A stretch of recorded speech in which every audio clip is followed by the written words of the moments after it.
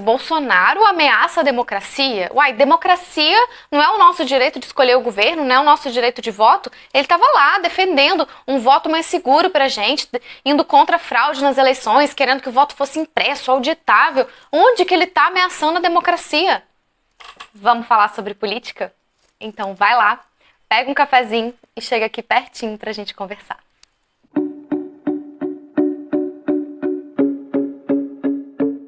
A democracia é um governo do povo, pelo povo e para o povo. Essa é uma frase retirada de um discurso feito pelo Abraham Lincoln em 1863, quando acontecia a Guerra Civil nos Estados Unidos e durante toda aquela discussão sobre a abolição do regime escravocrata que ainda era adotado em alguns estados do sul do país. Ontem foi o Dia Internacional da Democracia. E eu pergunto para vocês acham que a nossa democracia está em risco? No dia 12 de setembro, a gente viu uma união inédita entre políticos de esquerda e de direita e movimentos de direita e de esquerda, pedindo fora Bolsonaro, com o objetivo principal de defender a nossa democracia. As manifestações não tiveram um público muito grande, por conta de vários e diversos motivos.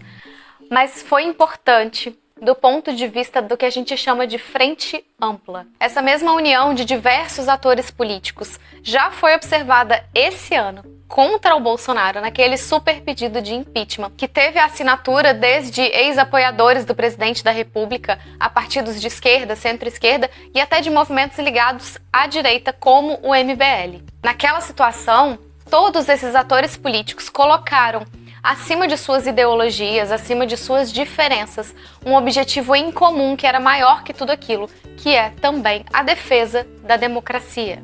Tá, mas aí você pode estar se perguntando, mas o Bolsonaro ameaça a democracia? Uai, democracia não é o nosso direito de escolher o governo, não é o nosso direito de voto? Ele estava lá defendendo um voto mais seguro pra gente, indo contra a fraude nas eleições, querendo que o voto fosse impresso, auditável. Onde que ele está ameaçando a democracia? Bom, calma. A gente precisa enxergar a intenção que tem por trás desses atos do presidente. Essa questão da integridade das urnas já foi intensa e extensamente debatida. Inclusive foi feito um acordo entre Bolsonaro e o Arthur Lira, que é o presidente da Câmara, para que a legislação que trazia ali as mudanças em relação ao voto, às urnas eletrônicas, fosse levada a plenário, ou seja, para que todos os deputados decidissem se era realmente necessário mudar ou não, e que se eles entendessem que não era necessário mudar, aquele assunto estaria encerrado. Os deputados então votaram essa legislação e entenderam que não era o momento de mudar, e o Bolsonaro, claro, não cumpriu com a parte dele, não deu esse assunto por encerrado. Bastou as manifestações do dia 7 que ele próprio convocou e organizou para ele trazer de novo à tona essa questão e causar mais discussão e descredibilizar o nosso sistema eleitoral. Na verdade, toda vez que ele sentir que o apoio dele está diminuindo, ele vai querer descredibilizar o sistema eleitoral para poder justificar uma derrota lá na frente, dizer que na verdade ele não perdeu, ele foi roubado. Mas não é só por questionar o sistema eleitoral que o Bolsonaro ameaça a nossa democracia. Para explicar para vocês por que a nossa democracia pode sim estar em risco, eu vou trazer aqui alguns trechos do livro Como as Democracias Morrem e traçar um paralelo entre o que está na teoria nesse livro e o que a gente está vendo na prática acontecer no Brasil. Esse livro analisa comportamentos de governantes autoritários que governam para si ou para os seus, o que vai na contramão da democracia. De acordo com o livro, existem 4 comportamentos indicativos de um governo autoritário. O primeiro deles é rejeitar as regras do jogo democrático. Eu fiz um vídeo aqui no canal em que eu explico para vocês que as regras desse jogo democrático estão na Constituição Federal. Essa Constituição que o Bolsonaro interpreta a seu bel prazer e que diz que não vai cumprir quando as regras, na verdade, não são favoráveis a ele. Você já viu o Bolsonaro dizendo que ia se utilizar do exército contra os estados e municípios que estavam adotando a política de isolamento social? Você já viu o Bolsonaro dizer que ia se utilizar do exército contra o STF por não concordar com uma decisão de um ministro da corte? Você já viu o Bolsonaro se utilizar de um desfile militar como demonstração de força, de intimidação ao Congresso que naquele momento votava justamente a pauta do voto impresso, que era uma pauta que ele queria que fosse aprovada? Você já viu o Bolsonaro convocar manifestação popular para forçar alguma mudança no governo? O Bolsonaro, como presidente da República, convocando o povo para que o povo defendesse as pautas dele? Você já viu ele fazendo isso? Todos esses são exemplos de momentos em que o Bolsonaro desrespeitou as regras do jogo democrático. Inclusive, vou colocar aqui para vocês exatamente o trecho do livro que dá o exemplo de quais são as maneiras de desrespeitar, de rejeitar as regras do jogo democrático. O segundo indicativo de um comportamento autoritário é negar a legitimidade dos seus oponentes políticos. Mais uma vez, eu vou colocar aqui o trecho do livro que exemplifica como é que você deslegitima o seu oponente político, e a gente vai trazer agora os exemplos que aconteceram no Brasil. Você já viu o Bolsonaro descredibilizar o Dória, que é governador do estado e um possível candidato à presidência da República, e a vacina chinesa que ele trouxe para o Brasil? Você já viu o Bolsonaro dizer que essa vacina chinesa iria implantar chips na população? Você já viu o Bolsonaro deslegitimar os seus oponentes políticos contando mentiras? Presta atenção aqui. Terceiro indicativo de um governo ou um governante autoritário é tolerar ou encorajar a violência. Esse terceiro indicativo em relação à violência, ele é analisado tanto em relação à proximidade que esse governante tem com forças paramilitares, com milícias, quanto em relação à posição desse governante de admirar e elogiar atos de violência do passado. Vamos aos exemplos de novo? Você já viu o Bolsonaro condecorando, dando medalhas de honra para milicianos, para pessoas ligadas à milícia? Você já viu o Bolsonaro elogiando ditadores da época do nosso regime de ditadura militar? Você já viu o Bolsonaro elogiando um torturador? Já chegou aos seus ouvidos a ligação do clã Bolsonaro com a milícia do Rio? Você já ouviu falar sobre a intenção do Bolsonaro de retirar as polícias militares do comando dos governos estaduais e trazê-las para a hierarquia do Executivo Federal, ou seja, sob seu comando? Mais uma vez eu vou colocar aqui a parte do livro que explica, que exemplifica como é que esse terceiro indicativo de autoritarismo pode ser verificado na prática, e vocês vão ver que a correspondência com o que acontece no Brasil é bizarra. O quarto indicativo de um governante autoritário é a propensão em restringir direitos civis e restringir a mídia. E a gente volta mais uma vez às nossas indagações. Você já viu o Bolsonaro dizer que poderia se utilizar do estado de defesa, que é uma medida de exceção prevista na Constituição Federal para restabelecer a ordem pública e a paz social? Utilizar essa medida contra governadores e prefeitos que estavam adotando a política do isolamento social durante a pandemia?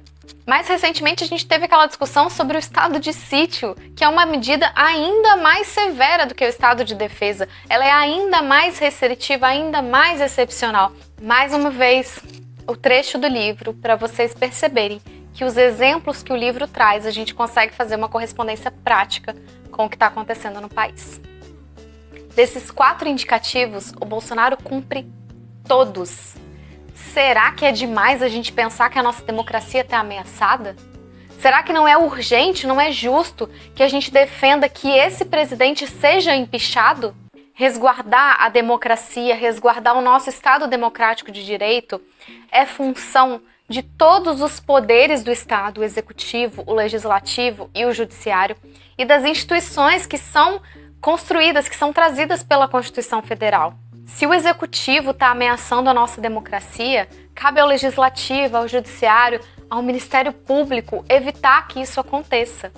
Aliás, percebam que boa parte dos ataques que Bolsonaro faz ao STF é justamente nos momentos em que o STF toma alguma medida contra o Bolsonaro para evitar esse caos que a gente está vivendo. Ataca e afaga, né? A depender da conveniência ali, porque quando ele sente que a truculência está sendo demais e que pode realmente dar ruim pro lado dele, ele vai lá e faz um carinhozinho. Mas voltando aqui ao nosso raciocínio. O legislativo que tem a função de resguardar a democracia, é quem tem a prerrogativa mais importante, a competência mais importante em relação ao Poder Executivo, que é a do processo de impeachment. É o Congresso, é a Câmara que autoriza que o presidente seja processado e o Senado que julga se houve crime de responsabilidade para que o presidente perca o mandato. E uma das hipóteses de crime de responsabilidade é justamente ameaçar a nossa democracia. E é aí, nessa competência do Poder Legislativo, que entra a pressão popular como um fator muito importante para que o pedido de impeachment de fato seja aceito, processado e julgado e que o presidente seja condenado. Mas assim, uma coisa que a gente precisa deixar clara: não é justo colocar no colo do povo essa responsabilidade pelo impeachment. Afinal de contas, a gente vota no pessoal do Legislativo para nos representar, para fazer a nossa vontade. E a gente não deveria ter que ficar ali toda hora falando: olha, eu quero isso aqui, olha, isso aqui eu aprovo, isso aqui eu não aprovo. Não era para a gente estar ali precisando fazer pressão popular para que eles simplesmente cumprissem o dever deles. Mas a gente sabe que essa moral eles não têm, muitos deles não têm. Eles não estão lá para representar os nossos interesses, eles estão para representar os interesses que são mais interessantes para eles. E por isso, ainda é muito importante que existam as manifestações. E por isso, ainda é muito importante que exista uma pressão popular grande, realmente significativa. Porque quando a gente começa a cobrar desses representantes que a gente elegeu, que eles tomem uma medida X e a gente vai verificar se eles de fato cumpriram aquilo que a gente está pedindo, eles começam a se preocupar que se eles não fizerem, a gente talvez não vote neles de novo. E pressão popular a gente só consegue com quantidade de gente.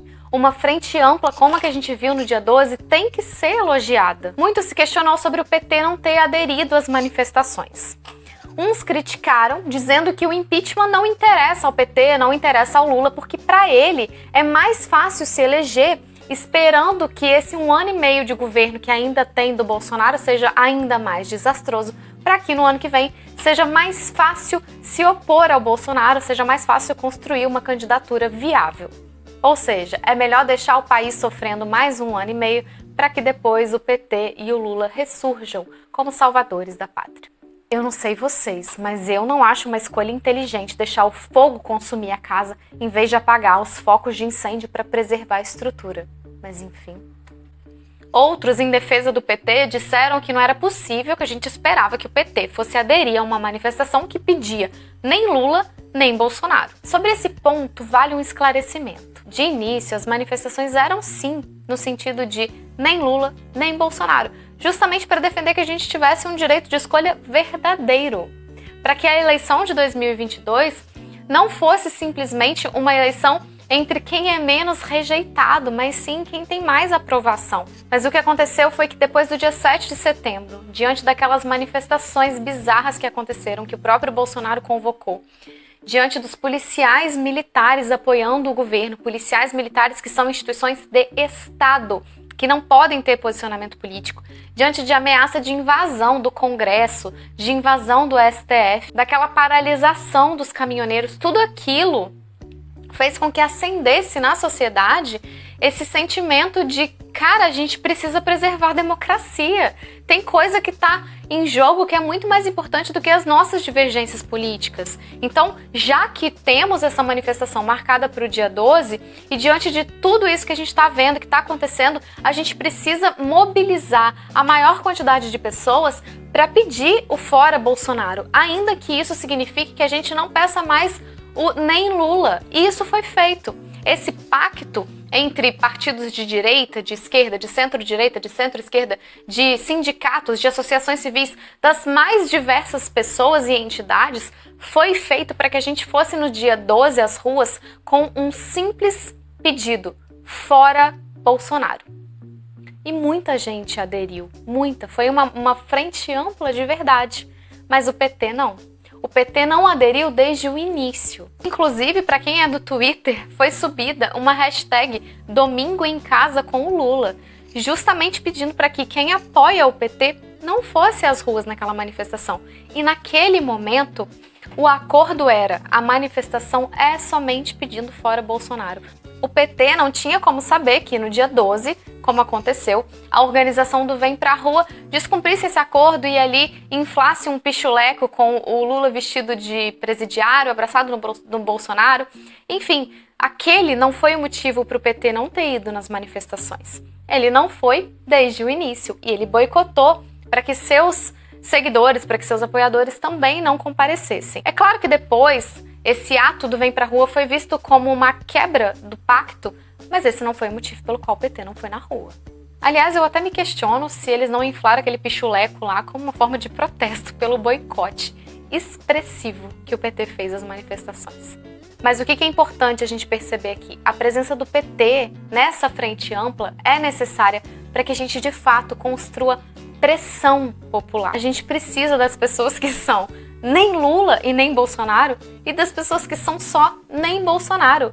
O fato é, o fator comum é o nem Bolsonaro. Se você é contra o Bolsonaro, esse é o seu grupo neste momento. Sobre essa união de forças antagônicas, já que eu comecei com uma frase do Abraham Lincoln, eu vou terminar com uma também. Ambas as partes, Sul e Norte, desprezavam a guerra, mas uma delas faria guerra em vez de permitir a sobrevivência da nação. E a outra aceitaria a guerra em vez de deixar esta perecer. E veio a guerra.